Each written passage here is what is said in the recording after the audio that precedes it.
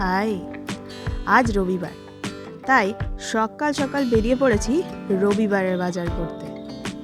অনেক অলি গলি কেষ্টকলি পেরিয়ে ফাইনালি পৌঁছে গেছি বাজারে। রবিবারের বাজার তো জানেন, দাম একটু চড়াই থাকে। আপনাদের বলি, আজকে বাজার করতে আসাটা ফাও মাত্র। আজকে মেনলি এসেছি শীতের সব থেকে পছন্দের জিনিস নোলেন গুড় কিনতে। এই দাদাটার কাছ থেকে আগের বছরও গুড় কিনে নিয়ে গিয়েছিলাম, বেশ ভালো ছিল, তাই এই বছর তো আসতেই হতো। এইবার একটু টুকিটাকি সবজি কেনার পালা। কিনেছিলাম আস্ত একটা বাঁধাকপি, মটরশুঁটি, পেঁয়াজকলি আর ফুলকপি তো মাস্ট। আজকের মতো বাজার কমপ্লিট। এখন আমি দুধ আনতে চলে এসেছি বাড়ির পাশের খাটালে।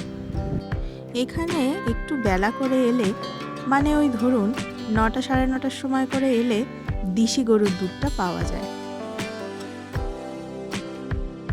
ব্যাস, সব কাজ মিটে গেছে। এইবার আমি বাড়ি যাচ্ছি। তবে আজকের মতো চলি, বিদায়।